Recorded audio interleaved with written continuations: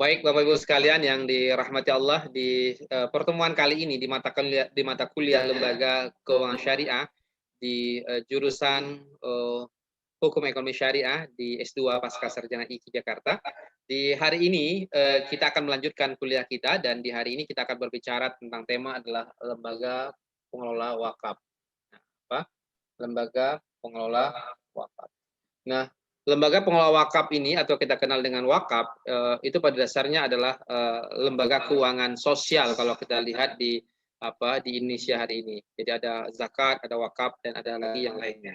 Nah, termasuk di Kenex misalnya di situ juga ada bagian direktur lembaga keuangan sosial. Nah, kita akan berbicara apa itu wakaf, lalu bagaimana potensinya, lalu bagaimana dasar hukumnya, lalu bagaimana multi manfaatnya bagi umat dan masyarakat dan untuk Indonesia. Nah, Bapak Ibu sekalian yang dirahmati Allah, nah kita akan lihat sebenarnya di Indonesia itu ada banyak potensi dana yang bisa kita ambil misalnya.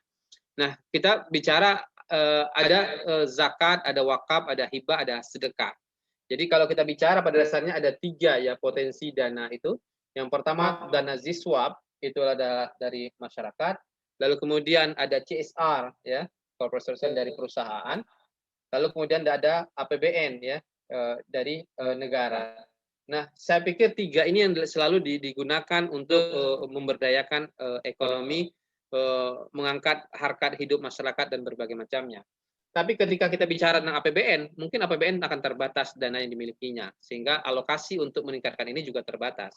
Nah, kita bicara tentang CSR juga terbatas. Maka kita punya namanya dana sosial umat yang luar biasa, yaitu berasal dari Ziswap. Nah, salah satunya adalah wakaf. Nah, ini masya Allah luar biasa. Nah, apa itu? Bagaimana regulasinya? Ya, regulasinya masya Allah luar biasa dahsyatnya. Apa itu wakaf? Ya, wakaf itu adalah wakofa, berhenti. Ya, jadi wakofa itu adalah berhenti. Ya, kenapa dia berhenti? Karena orang berwakaf itu menurut ajaran Islam, ya, ketika Umar bin Khattab punya tanah di Khaybar, lalu kemudian datang kepada Rasulullah, kata Umar, ya Rasulullah saya punya tanah di Khaybar, tanah ini tanah yang paling berharga. Ini beda dengan kita kira-kira. Kalau kita nggak laku jual sana, nggak laku jual sini, baru diwakafin. Tapi Umar bin Khattab, masya Allah luar biasa. Dia mewakafin sesuatu yang kira-kira yang luar biasa dalam hidupnya. Lalu apa kata Rasulullah? Ya Umar, tahan pokoknya wasabil samrotu. Kau tahan pokoknya dan kau salurkan hasilnya. Nah, inilah yang kemudian dipahami bahwa tahan pokok artinya harta wakaf itu tidak boleh habis, harus dia baqaul ain, harus kekal dia. Nah, sehingga Rasulullah berpesan, la tuba'u, tidak boleh kau jual, ya, tidak boleh kau wariskan, wala turasu, tidak boleh tuhabu, tidak boleh dihibahkan. Nah, sehingga kalau harta wakaf dianggunkan ke bank, bank nggak mau karena nggak boleh dijual. Nah, jadi ini menarik berhenti. Nah, kalau di undang-undang kita definisi wakaf ini sudah juga dijelaskan. Nah, kita bisa lihat juga misalnya bagaimana regulasi wakaf di Indonesia. Sebelum kemerdekaan sudah diatur, sejak zaman Belanda wakaf ini sudah diatur. Lalu kemudian setelah merdeka kita punya namanya Undang-Undang UUPA nomor 5 tahun 1960. Di pasal 49 ini menjadi menarik bagi saya. Apa dikatakan sini ya?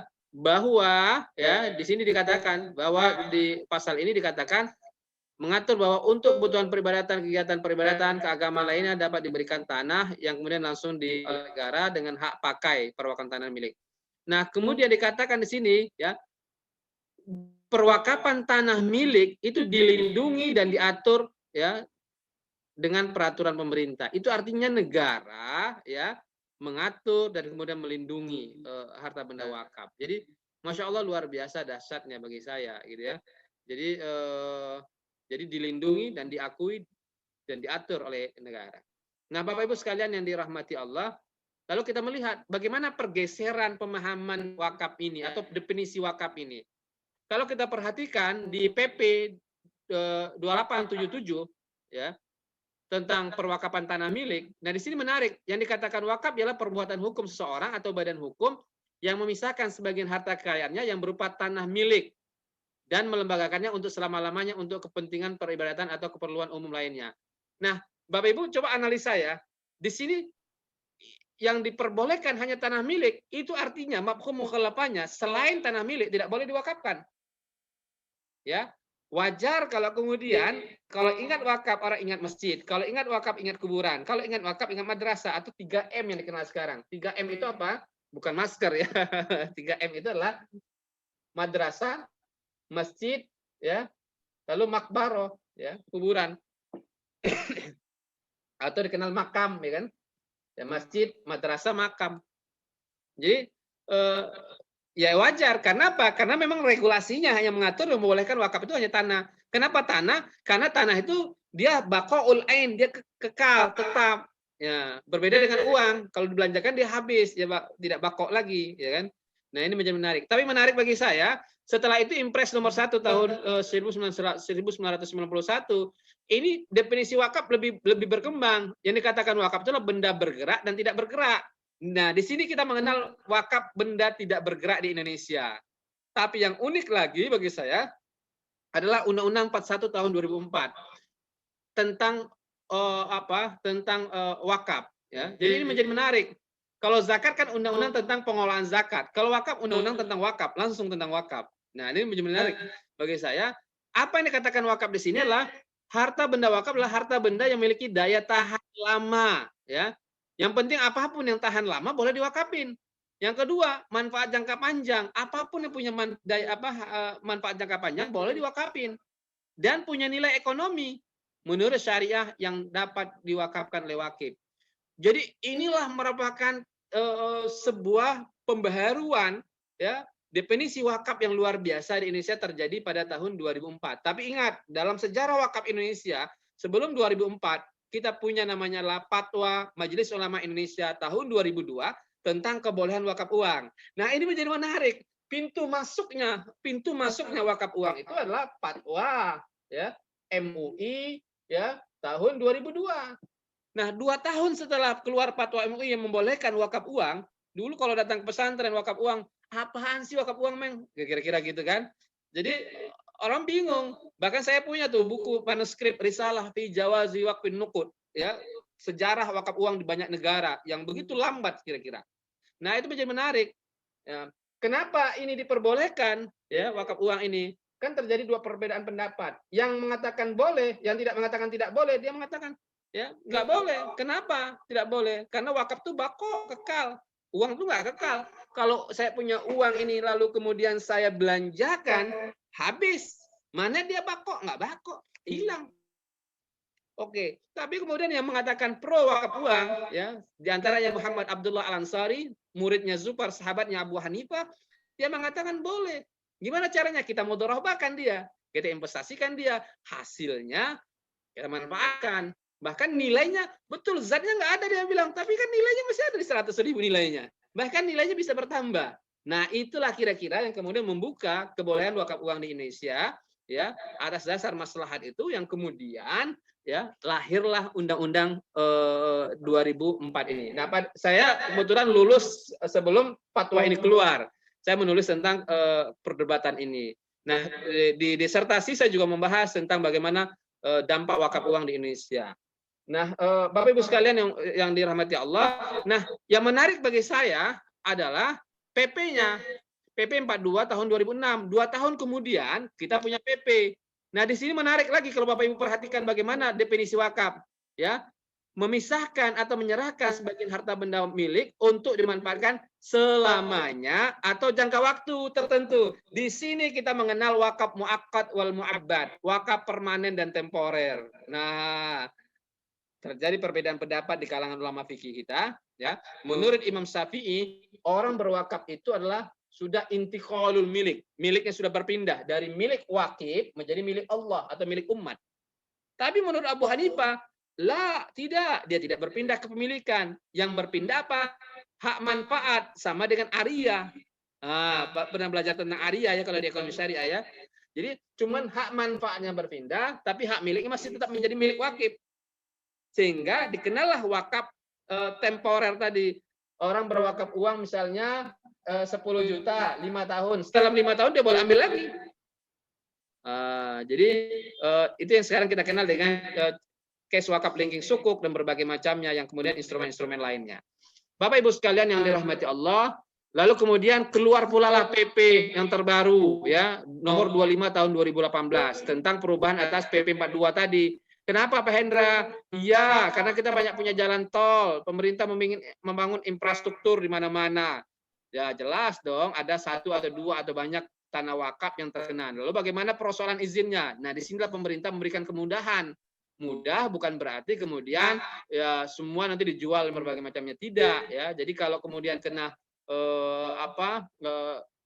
kena pembangunan infrastruktur, maka di situ ada nanti di undang-undang kita tentang proses ruslah ya, atau ibdal atau ibtidalnya.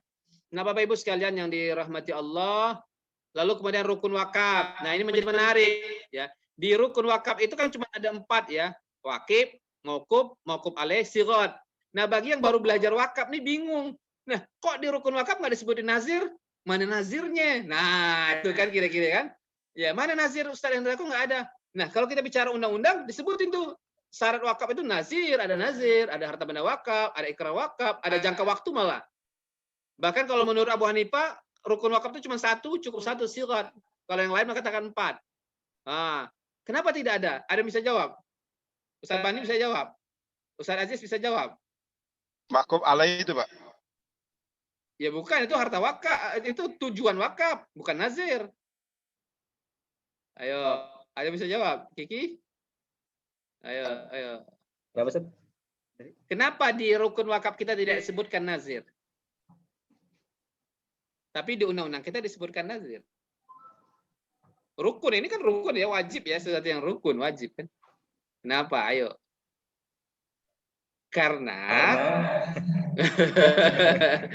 Karena dulu ya orang yang berwakaf dia yang mengelolanya. Umar bin Khattab berwakaf, Umar yang mengelolanya. Abu Thalha berwakaf kebun dekat Masjid Nabawi, ya dia mengelolanya. Jadi tidak ada nazir, ya. Jadi dia yang berwakaf, dia yang mengelola, dia yang bagiin. Lalu berkembanglah masa di mana kemudian ada nazir, ada lembaga. Orang mau wakaf tapi nggak bisa ngelolainya, butuhlah nazir. Nah sekarang berkembang lagi, orang berwakaf lalu ada nazirnya. Nazirnya nggak bisa investasi di sukuk, nah butuh lagi manajer investasi dan berbagai macamnya. Jadi lebih banyak lagi yang dibutuhkan, dan ini perkembangan wajar kira-kira gitu ya. Jadi luar biasa. Nah baik Bapak Ibu sekalian, nah di sini juga di undang-undang kita disebutkan jangka waktu, meskipun itu tidak disebutkan di rukun wakaf. Nah ada banyak hal menarik. Lalu kemudian jenis harta benda wakaf. Di Indonesia itu ada 3, bergerak selain uang, lalu benda bergerak berupa uang. Jadi uang ini menjadi menarik nih, karena setelah PP itu kita sudah punya namanya PMA, Peraturan Menteri Agama 2009 tentang wakaf uang. Ya. Nah di sini menarik, benda bergerak yang boleh diwakafkan selain uang tadi adalah benda bergerak yang boleh diwakafkan adalah uang. Nah ada logam mulia, surat berharga. Jadi kalau punya logam mulia nggak dipakai, dibandingkan dimakan zakatnya, yaudah wakafin deh kira-kira gitu kan. Atau surat berharga, sukuk, obligasi dan berbagai macamnya ya. Sukuk atau saham atau apa dan berbagai macamnya. Lalu ada kendaraan ya. Kendaraan nggak dipakai, udah wakafin aja lah. Hak kekayaan intelektual, bikin buku nggak mau diambil royaltinya, sudah wakafin gitu. Hak sewa juga gitu ya. Punya ruko, punya rumah, nggak mau diambilin, wakafin ya, seperti Pak Aziz tanya tadi. Jadi saya lebih suka mengatakan dia wakaf Pak Aziz gitu ya. Seperti kasus tadi uang tadi, misalnya dia dari pendapatan depositonya tadi dia nggak mau ambil kan, lalu kemudian misalnya ada pendapatannya 1 juta dari depositonya, ya sudah itu dianggap wakaf setiap dia mendapatkan itu. Lalu benda bergerak lain sesuai dengan ketentuan syariah dan peraturan perundang-undangan yang berlaku. Bapak Ibu sekalian yang dirahmati Allah, kalau begitu kita sudah tidak bicara lagi 3M ya, tidak bicara lagi ingat wakaf, tidak ingat lagi madrasah, tidak ingat lagi makam, tidak ingat lagi masjid, tapi sudah berkembang menjadi investasi-investasi lain. Nah, ini keren kira-kira. Nah, Bapak Ibu sekalian yang dirahmati Allah, lalu jenis harta benda wakaf tidak bergerak. Nah, hak atas tanah dan berbagai macamnya bangunan ya, dan banyak lagi yang lainnya. Oke. Nah, apa pesan Rasulullah kepada Umar bin Khattab tadi? Jangan dijual, la tuba'u wala turasu, tidak boleh diwariskan, wala tuhabu. Nah, lalu kemudian di Undang-Undang 41 tahun 2004 dikatakan harta benda wakaf yang sudah diwakafkan dilarang dijadikan jaminan. Makanya bank nggak mau nerima. Gue mau jaminin kan nih, jamin sebagai apa? Sebagai anggunan, nggak boleh. Dia nggak mau karena nggak boleh dijual. Nanti kalau nggak bisa bayar gimana dong? gitu kan. Nah, dihibahkan, dijual, diwariskan, ditukar. Makanya saya lebih sepakat seperti konsep seperti dompet duafa atau Basnas atau yang lainnya, perpaduan antara wakaf uang dengan zakat atau kemudian memberdayakan wakaf tanah dan berbagai macamnya. Jadi untuk menghidupkan tanah wakaf yang ada itu, ya, yaitu dengan wakaf uang. Nah, jadi ini yang menarik bagi saya konsepnya. Lalu kemudian penukaran harta benda wakaf boleh nggak? Nah, diperbolehkan. Syaratnya harus sesuai dengan ya mendapatkan izin. Ya, lalu kemudian memang dibutuhkan. Lalu kemudian perubahan atas tanah atas undang-undang tadi sudah disebutkan tadi ya. Oke. Lalu kemudian sasaran wakaf di situ tentu ada pemberi wakif ya, penerima dan penerima manfaat. Lalu kemudian pengelolaan pengembangan benda wakaf, nazir wajib mengelola mengembangkan harta wakaf ya. Lalu kemudian ya mengelola dan mengembangkan. Lalu kemudian sesuai prinsip syariah secara produktif. Ingat, wakaf itu harus produktif. Ya, kalau zakat itu amil itu dapat setelah dia menghimpun tanpa perlu dia mengelola. Khuz, ambil. Maka dia sudah dapat 1/8-nya. Nah, 1/8 sama dengan berapa? 12,5%. Banyak. Bisa menghimpun 1 miliar, Pak Aziz dan teman-teman, bisa dapat 125 juta. Nah, gitu kan? Tapi kalau Pak Aziz mengumpulkan wakaf, menghimpun wakaf 1 miliar, nggak boleh langsung diambil dari sana 10% ya. Kalau di wakaf 10% di undang-undang kita. Nggak bisa langsung diambil. Dikelola dulu yang 1 miliar ini, berhasillah dia 100 juta. Maka nazir berhak mengambil 10% dari 100 juta, berarti 10 juta. Nah, nyambung ya. Kalau begitu lebih enak jadi amil zakat atau nazar wakaf? Ambil zakat. Ambil zakat ya. Karena hak khusus aja khusus dapat kan. Kalau wakaf ini dia harus punya inovasi, maka wakafnya harus berinovasi. Nah, ya, oke ya. Siap. Terus cara pengelolaan wakaf dia harus secara produktif. Lalu imbal bagi pengelola wakaf apa imbalnya? Nah, itu dikatakan 10% ya di pasal 12 Undang-Undang 41. Lalu ada sanksinya nggak Pak Hendra? Ada sanksinya ya. Jadi kita kan butuh nazir itu kan 2, profesional tapi amanah. Tapi tidak jarang kalau profesional aja tidak amanah dia tewas hilang nanti saking profesionalnya kan banyak juga kan kira-kira gitu kan. Nah, jadi dibuatlah sanksi bagi yang menyelewengkan harta wakaf. Lalu siapa yang diperbolehkan jadi nazir di Indonesia itu? 3. Pertama adalah perseorangan, yang kedua adalah organisasi, yang ketiga badan hukum. Nah, kalau Bapak Ibu sekalian mau menjadi nazir wakaf, silakan, boleh. Perseorangan ini bukan 1 orang, minimal 3 orang di undang-undang kita, ya. Jadi boleh organisasi atau badan hukum. Nah, lalu ini adalah contoh wakaf ya di banyak tempat. Nah, ini pesantren Ngabar ya, yang pendapatan wakafnya Masya Allah luar biasa. Ini Gontor yang hidup berkembang hari ini wakafnya. Ini ada yang tahu nih di mana nih? Ini adalah Al Azhar Kairo ya. Ini di Al Azhar Kairo yang kita kenal dengan di mana pemerintah pernah pinjam uang wakaf Al Azhar saking kayanya pada saat itu. Jadi Masya Allah luar biasa Al Azhar yang sampai hari ini bisa berkembang. Nah, ini adalah wakaf Darut Tauhid. Nah, saya pernah juga ke Darut Tauhid ya. Ini Masya Allah kalau kita masuk pesantrennya Agim di Bandung, di Geger Kalong itu. Nah, maka ada namanya wakaf terpadu dan ada ini semua dibangun dari wakaf yang Masya Allah luar biasa. Nah, ini adalah model wakaf punya dompet duafa yang di Palu, rumah sehat terpadu, perpaduan antara zakat dengan wakaf. Nah, ini menjadi menarik bagi saya. Lalu kemudian ada Ponpes Tazaka Pekalongan, ya, wakaf pom bensin dan berbagai macamnya. Lalu kemudian ada warung wakaf. Nah, kalau Bapak Ibu lihat di Jakarta, ini di Jakarta Selatan nih, ya, ada warung wakaf. Nah, jadi luar biasa. Nah, kenapa kemudian sekolah-sekolah di mana di banyak tempat itu bisa hidup dan bertahun-tahun? Karena melalui wakaf. Ini Al Azhar, ya. Lalu kemudian ini adalah ada yang pernah ke Singapura. Saya kalau ke Singapura suka ke Bangkolin ya. Bangkolin ini wakaf ini ya, bawahnya masjid, lalu di atasnya apartemen, lalu kemudian jadi supermarket. Nah, Masya Allah luar biasa perkembangannya di Singapura. Ya, kalau punya rezeki silakan dibuat riset ya. Ada banyak mahasiswa saya di III yang sudah melakukan riset di sini. Ada Zaki yang sekarang terakhir ke Turki, ya. Ada Naura yang magang juga sebulan penuh di sana. Nah, jadi Masya Allah luar biasa. Ada banyak lagi di negara-negara lain, termasuk Turki dan berbagai macamnya. Lalu apa kuncinya adalah tergantung nazirnya, harus amanah, ada profesional. Nah, badan wakaf, kita punya badan wakaf adalah amanah undang-undang. ya silakan bisa mencalonkan badan wakaf ya, bisa mulai wakaf. Ada banyak guru-guru dan teman saya di Badan Wakaf Indonesia. Pak Hendra belum masuk ya, sampai hari ini belum tertarik ingin masuk ya. Mudah-mudahan suatu saat ya masih ingin berwakaf dulu lah ya, mulai dulu ibda dulu, mudah-mudahan nanti masuk insyaallah. Lalu kemudian bagaimana kalau terjadi sengketa? Nah, kita ada mufakat, mediasi, arbitrasi dan pengadilan. Nah, pengadilan ini dibuka adalah pengadilan agama, di mana di sana dikatakan bahwa pengadilan agama bisa menyelesaikan perkara-perkara berkaitan tentang zakat, wakaf, ya, dan ekonomi syariah. Kalau dulu pengadilan agama yang paling NTCR kan, nikah, talak, rujuk kan. Nah, sekarang pengadilan agama sudah bisa melakukan itu. Penyebab terjadi sengketa kenapa ya? Karena kenapa Ustadz sering terjadi sengketa? Karena nggak ada itu kan, nggak ada akta ikrar wakaf. Ya. Jadi suka sama suka aja. Kata cucunya, malah pernah tuh kakek saya wakafin, nggak ada, mana buktinya. Akhirnya dia tuntut, dia kasihan juga kakeknya kan, kakeknya sudah wakaf terus diambil sama cucu-cucunya kan, dan tidak sedikit itu terjadi di Indonesia. Kenapa? Karena tidak dilanjutkan dengan pembuatan ikrar wakaf. Jadi penting sekali akta ikrar wakaf. Termasuk wakaf uang itu ada akta ikrar wakafnya ya di bank kita. Lalu kemudian pembinaan nazir. Nah, nazir menjadi penting, BWI dan Menteri. Ya, lalu kemudian pengawasan nazir, pemerintah dan masyarakat. Lalu sanksi administrasi sudah disampaikan tadi, sanksi pidana juga ada. Lalu regulasi agraria ini, 77. Nah, bagaimana kaitan wakaf dengan pajak? Nah, ini menjadi menarik. Nah, Pak Aziz kan di bagian pajak ini.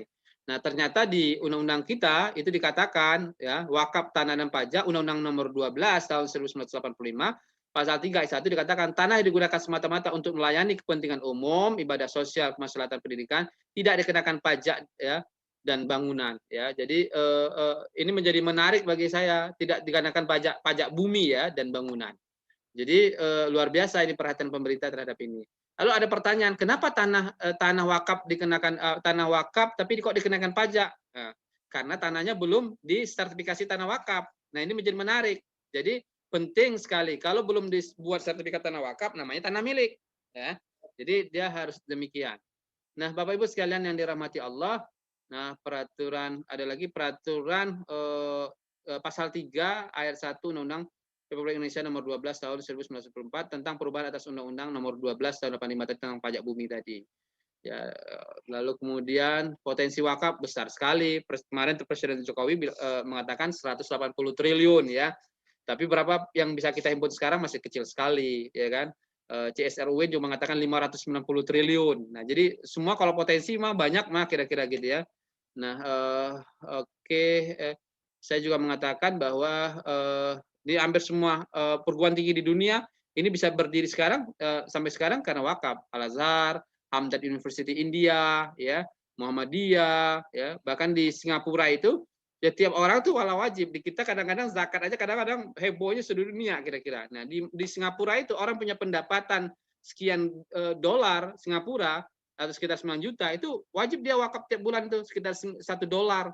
Ya, tapi kalau $1 dikumpulkan sekian banyak orang banyak, masya Allah luar biasa. Nah, tergantung pendapatan semakin besar dia wakaf $1,5, $2,5 ya. Nah, itu luar biasa langsung dipotong. Nah, kemudian dampaknya bagaimana pendapatannya? Masya Allah luar biasa dikelola. Bahkan di Singapura itu namanya waris, wakaf waris Singapura, yang dikelola oleh MUIS, Majelis Ulama Islam Singapura. Ya, jadi Masya Allah. Nah, ini Prof. Radit juga membuat model pemberdayaan pesantren dan masyarakat melalui wakaf. Ini menjadi menarik bagi saya, perguruan tinggi, lalu kemudian pesantren, lalu perusahaan. Saya pikir potensinya besar. 10.000 saja, sekali-kali 10.000 orang sudah 100 juta wakaf bisa kita himpun. Yang paling gampang 1.000 aja lah. Kalau ke toilet kan 2.000 tuh. Nah, 1.000 setiap hari dikumpulkan ya 200 juta. Kita kan ada 270 juta sekarang kata Pak Jokowi kemarin seingat saya 270 juta penduduk Indonesia. Anggaplah 200 juta saja. Wakafin tuh tiap hari tiap keluarga 1.000 aja. Kalau ke toilet kan 2.000 tuh. 1.000 aja. Berapa yang bisa kita kumpulkan? 200 miliar loh per hari. Ya. 200 juta orang kali 1.000 itu 200 miliar per hari. Maka dalam seminggu itu 1,4 triliun. Dalam per tahun itu sekitar 73 triliun loh. Uang 1.000. Itu dikatakan small is beautiful. Kecil itu indah. Kalau kemudian dia berjamaah. Nah, apa yang bisa dilakukan? Ya, dengan 73 triliun ada 14.600 masjid bisa dibangun. Satu masjid anggaplah 5 miliar misalnya. ada 73 kampus bisa dibangun, satu kampus 1 triliun, ya. Ada 1.146 rumah sakit bisa dibangun, ya, 500 miliar per rumah sakit. Ada 73 SDMI bisa dibangun, satu SD anggaplah 1 miliar. Nah, saya terinspirasi dari Ustadz siapa ini namanya? Lupa saya, yang penggagas daripada BOK ya, Rumah Berkah BOK ini ya. Jadi saya ambil dari beliau. Jadi Masya Allah luar biasa. Ini baru hitungan ini Ustadz Randy ya, dari Ustadz Randy. Jadi Masya Allah luar biasa ya. Saya pikir bisa dibuat hal-hal yang serupa. Jadi Masya Allah luar biasa. Tinggal mau atau tidak. Jadi hanya wakaf ini yang bisa kemudian menjadi satu potensi dana umat yang Masya Allah luar biasa. Ayolah, bismillah, gerakan wakaf nasional wakaf uang ini bagi saya dimulai dari rumah tangga masing-masing, ya, dimulai dari 1.000, ya mudah-mudahan 10.000, 1 juta, tapi dia punya kekuatan umat yang Masya Allah luar biasa. Ya, jadi saya pikir itu ya Bapak Ibu sekalian, mudah-mudahan bermanfaat. Nah, ini kalau kita buat dari sumber dana tadi ada Ziswap ya, dari individu, ada perusahaan, BUMN, swasta asing, CSR, ada pemerintah dari APBN. Lalu diperuntukkan apa? Ada 5 sekarang rata-rata, program ekonomi, pendidikan, kesehatan, dakwah, dan sosial. Nah, generasi milenial kita tuh, kalau dulu wakaf itu menunggu kaya dulu kan, menunggu tua, namanya generasi baby boomer ya. Nah, tapi sekarang yang terbanyak di Indonesia itulah generasi milenial, 25,87%. Ya, generasi Z 27. Nah, kenapa kemudian dulu ya wakaf itu segmen pasarnya adalah orang tua, karena yang dia punya uang banyak karena sudah tua. Nah, sekarang dibalik sama teman-teman di lembaga wakaf itu, ya, penghimpunan wakaf itu kecil tapi banyak jumlahnya. Nyambung ya? Kalau dulu cukup 10 orang bisa membiayai semua Indonesia, tapi sekarang dicari itu banyak, ribuan jumlahnya generasi milenial, ya. Makanya sekarang Pak No, Prof No, ketua BWI itu masuk ke kampus-kampus, ya, mengambil memahami literasi pentingnya wakaf ini dari generasi milenial. Ini banyak generasi Z itu ini kelihatan nggak sih Bapak Ibu sekalian? Coba Bapak Ibu generasi apa nih? Kalau Pak Hendra itu generasi Pak Hendra lahir di sini nih, Gen X nih ya. Nah generasi milenial itu lahir 81 96. Nah, Gen Z ini milenial. Milenial ya, rata-rata milenial semua ya. Ya, uangnya terbatas tapi semangatnya tinggi. Makanya kalau 10.000 aja, kalau sekian 10.000 kan lumayan kan gitu. Jadi jumlahnya banyak. Ya, jadi rata-rata sekarang gaya fundraisingnya lembaga sekarang berubah dari dulu membidik yang besar, sekarang membidik yang banyak tapi kecil donasinya. Tapi kan hasilnya juga jadi besar gitu ya. Jadi ini luar biasa. Ada namanya Post Gen Z yang lahirnya 2013 sampai saat ini. Nah, di Indonesia itu lebih banyak di Gen Z sama milenial. Ini namanya generasi milenial. Ya gitu. Kalau Pak Hendra generasi Gen X gitu ya. Yang kaya-kaya itu kan seperti Pak Aziz nih. Ini bomber ya Pak Aziz ya. Baby bomber Pak Aziz itu ya. Ya gitu ya. Dan ini Masya Allah luar biasa. Nah, saya pikir itu ya. Lalu ada kebijakan pemerintah di tiap negara itu akan berbeda-beda. Ada 3 bentuk negara. Kalau Indonesia itu negara Islam itu seperti Saudi, Pakistan, itu pendapatan dibangun dari zakat dan wakaf dan bukan pajak. Kalau negara Muslim, ya ketatanegaraan berdasarkan Islam, contoh bukan ketatanegaranya berdasarkan Islam seperti Indonesia, Malaysia, itu zakat wakaf itu hanya meningkatkan pendapatan negara dan masyarakat juga. Lalu kemudian negara non Muslim seperti Singapura, ya, dan banyak lagi. Filantropi ini, zakat wakaf sosial merupakan social income untuk meningkatkan ekonomi masyarakat. Nah, saya pikir ini mudah-mudahan bermanfaat. Saya pikir komplit lah penjelasannya itu dari A sampai Z, dan mudah-mudahan bermanfaat lah bagi Bapak Ibu sekalian memahami literasi tentang wakaf ini. Baik, silakan kalau mau diskusi silakan.